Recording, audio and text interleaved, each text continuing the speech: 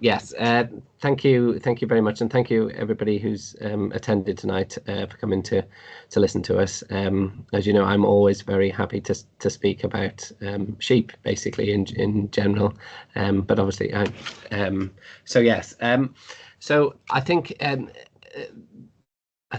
really important to understand that we've got, as Glass was pointing out before, we've actually got a strong marketplace at the moment in terms of price.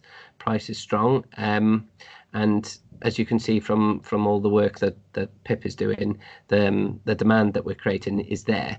But I think from a farmer's point of view, and a lot of the work that I do is working at the farmer end of things. It's really important that we understand our product, and we understand what we need to do to ensure that the product stays at the very premium end, so that we can look to increase the market all the time. So I think the other, and I guess I usually finish with cost of production, but I kind of wanted to finish on a bit more of a cheerful note for once. So I think I'm going to try and just get this out there at the beginning, and hopefully, as I said, I'm happy to take some questions out there. But I think it's really important to note that although that the marketplace is strong, and we are getting a very, what I would say is a very strong price for our lambs currently, it's important to note that still cost of production is still an issue, and we are still seeing that there's a very, very high cost that goes into producing these lambs.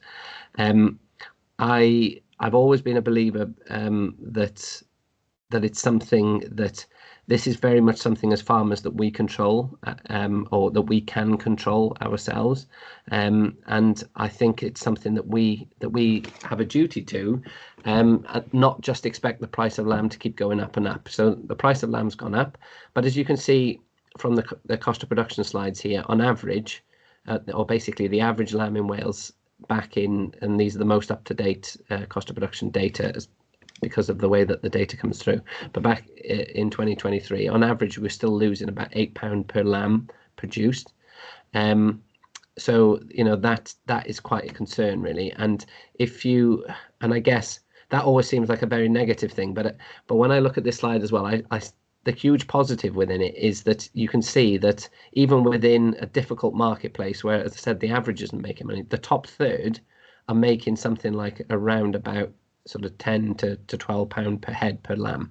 So there's a huge swing away from the average all the way to what the top third are doing. And I think that is a real positive, that if we can control our costs and we can move ourselves forward, and look for innovation and basically do what we can to move our product forward, then even within a difficult marketplace, there is money to be made. So, as I said, I won't dwell too much on cost of production, but it is worth bearing in mind that even in a difficult marketplace, people, the top third can make money.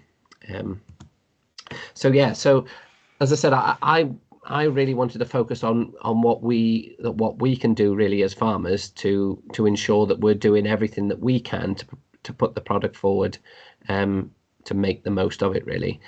And I thought that, as I said, I'll take you through a little bit of the market requirement point of view. And as you'll know, that lambs are classified on the Europe grid.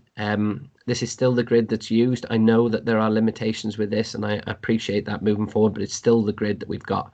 And it's important to understand that at the moment it's the paying metrics that's used. So as farmers, we have to understand it, and we have to know really that we have to provide the processors based on this grid. And as you'll know, confirmation based on EU, R, O, and P, and then fat class based on numbers 1 to 5, with the 3 and 4 split into 2, leaner and fatter. So what we're actually looking for in terms of market requirements, the main market requirements out there are R grade and above lambs in terms of confirmation, and in terms of fatness, a 2 and a 3L. Now, I look at this graph, and when I always put this in front of farmers, I always ask, well, how good a job are we doing at providing exactly what the market wants? At the moment, I appreciate there is a shortage of lambs, and therefore, that you will get paid well, even going outside of this grid. But in general, this is really what the market wants. So if you look at that and you think, how good a job are we doing? And yeah, 58% might seem okay, but we can do so much better than that. I think, if we look at some of our competitors, they would be hitting the spec sort of 90 to 95% of the time. So it is something that we've got to bear in mind. Over the last year, what's coming out of abattoirs is a lot more leaner lambs, and you can see that the O grade category there is a example of that. So basically, those are unfinished R grade lambs, really, that haven't got enough fat on them, that could be a better conformation grade had they been filled out with the required amount of fat. So in the past, I'd very much be talking about lambs coming to, being very concerned about over fat lambs and the extra cost that's going into them. But the big issue, certainly the abattoirs are finding, certainly over the last 12 months, has been lambs that are too lean. Now, I appreciate all the reasons that go into that in terms of weather, cost of feed, and things like that.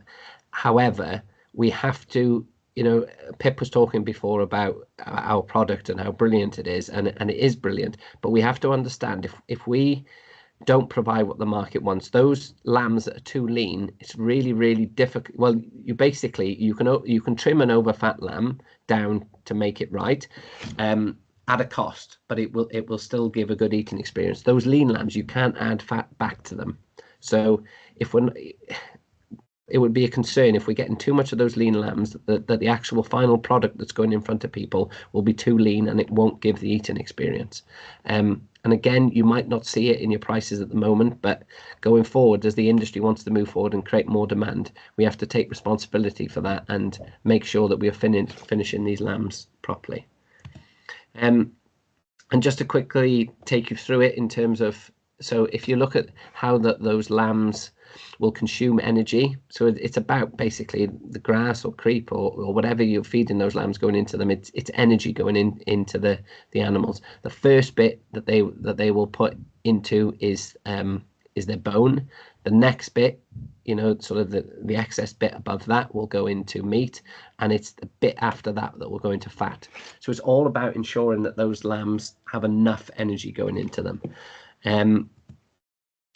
And the reasons why we're seeing lambs go outside of spec is clearly twofold, really. We've got incorrect selection because of fat classification. So that is basically people either over fattening the lambs because they're trying to chase weight, or under finishing the lambs, possibly because they're trying to chase the market, I guess.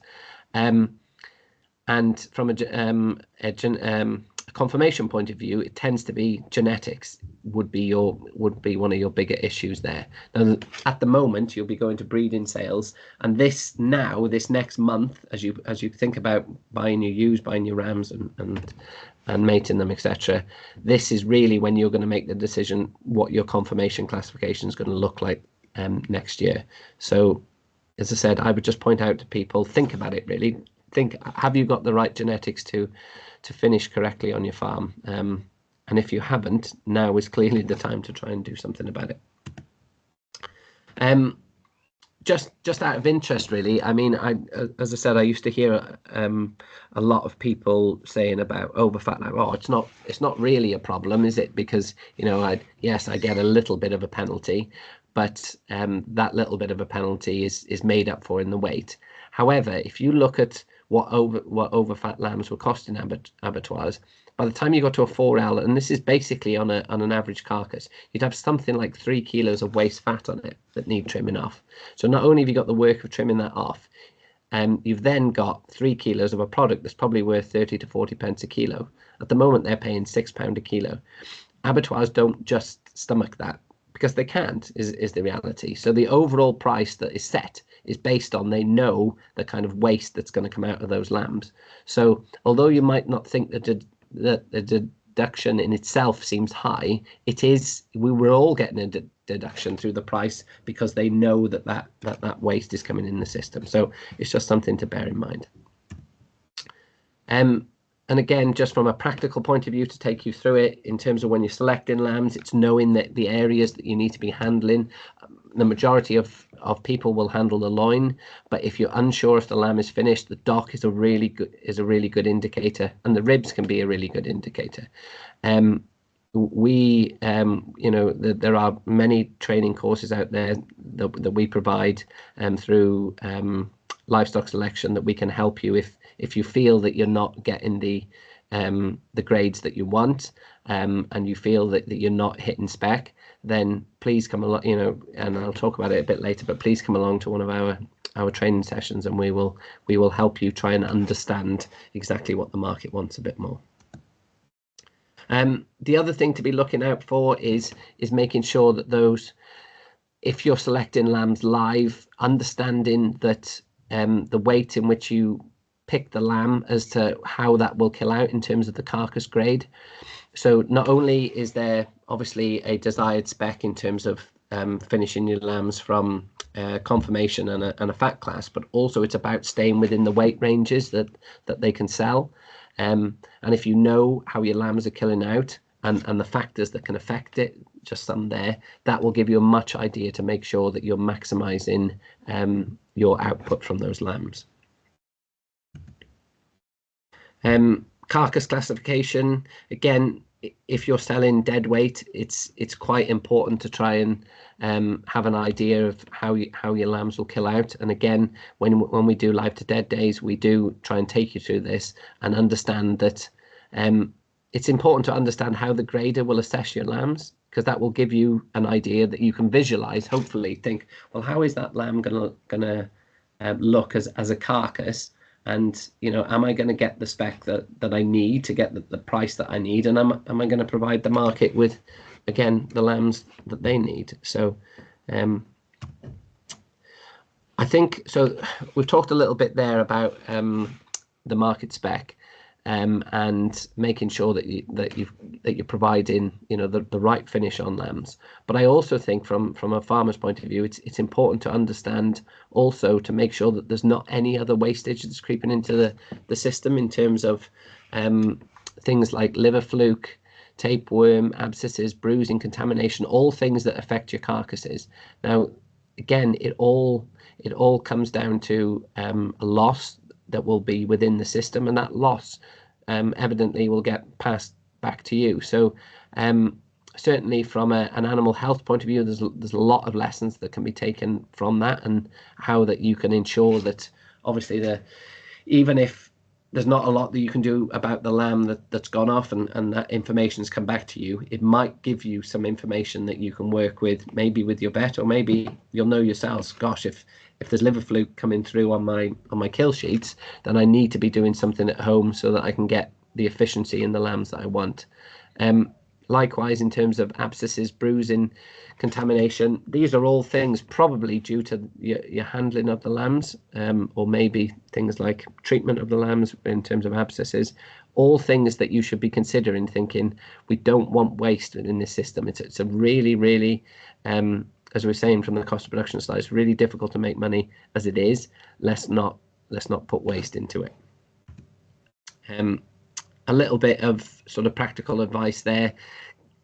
When you're handling lambs, consider that obviously the most valuable bit of the lamb tends to be the loin through to the back legs.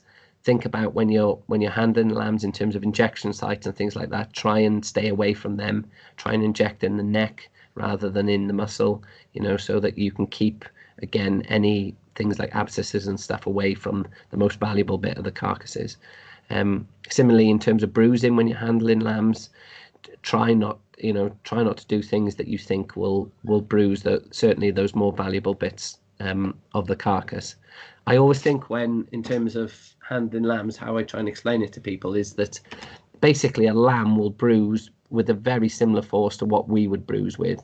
So if we ran into a gate, or if we all trampled on top of one another, it would bruise us. So the reality is, if that's happening to the lambs, that is exactly how their bodies will look. They will look bruised. So just things to bear in mind when you're handling animals. Just a bit of examples here in terms of condemnation. So again, this is the waste that I guess that's creeping in the system in terms of contaminated carcasses. We're looking there 5%. That there's waste there. You know, abscesses 2%. So 2% of sheep that are killed through the abattoirs in 2022 had abscesses. You know, it's quite a high number, isn't it, when you think about it? And that's down to our treatment of the animals. Are we using clean needles? Are we injecting in the right places? Things like that. And the other big one there, liver fluke, and C. tenicolis. You think about, you know, those are really probably going to be affecting the animals themselves in terms of efficiency, of feed efficiency. You know, so, you know, these are the healthy ones. Clearly, you know, well, you think that they're healthy ones when you get them to the abattoir. Think about, you know, how much liver fluke there must be out there to be seeing this. You know, are there things that we can do better to reduce that on the farm, isn't it? And here, yeah, again, we talked about the product and how proud we are of the product, and it's undoubtable that we provide a really, really good product here in Wales. However, we've got to think about things in terms of shelf life now moving forward. If we want to get out further in the world, you know, we've had Europe and Gless was talking about France being a good marketplace for us. If we want to get our product out to, you know, further afield, at a price where it becomes sort of lucrative for us to do that, then we've got to get our shelf life up. I mean, there's been a huge sort of surge in the last couple of years to do that, and some of the abattoirs have really managed to increase shelf life, which has been good. But as I said, it's nowhere near as high as we need to get to if we're going to, you know, really get into sort of the Middle Eastern market and potentially over to America and things like that. So and it comes back to us as farmers providing clean lambs at slaughter. You know, that's clearly there's things within the processing that need to be improved to try and improve that. But the thing that we control as farmers is how clean and those lambs get there. At the moment, the weather's horrible, and I appreciate how difficult it is there. But just think about things about transporting lambs when they're empty bellied to try and keep them as clean as possible. If possible, can you keep them in overnight before you take them to the abattoir? Keep them dry, things like that. You know, they're all going to have an impact on shelf life moving forward. And as I said, it can be frustrating that individually you might feel, well, you know, I'm just one person providing lambs within it, but as an industry we have to take the burden on together and try and move forward together. So the more that we can do with this, certainly the better. And that basically just to summarize it all: disease control, think about how you're handling animals, injection techniques, and keeping the animals clean. And this is, I guess, where it all leads to a plug for the Live to Dead days that we do. So we take farmers into groups of farmers into abattoirs, allow them to handle lambs live, hopefully give you a bit of our insight into how you do that, and then you get to see those same animals then as carcasses, get to see how the process works, understand what's happening within the abattoir, and hopefully it's a very interesting day for farmers. And even if you feel that you already know all the information, just bringing yourself closer to the processes, I think is always a good thing. Remember that, you know, they're buying your lambs at the end of the day, so understanding, you know, the issues and things that they have to deal with is a good thing. So we offer these Live to Dead days. If anybody feels like they've been on one before and want to go on another one, or want to go to a different abattoir they've been before, please get in contact with us, and I'd, as I said, love to host you for one of those.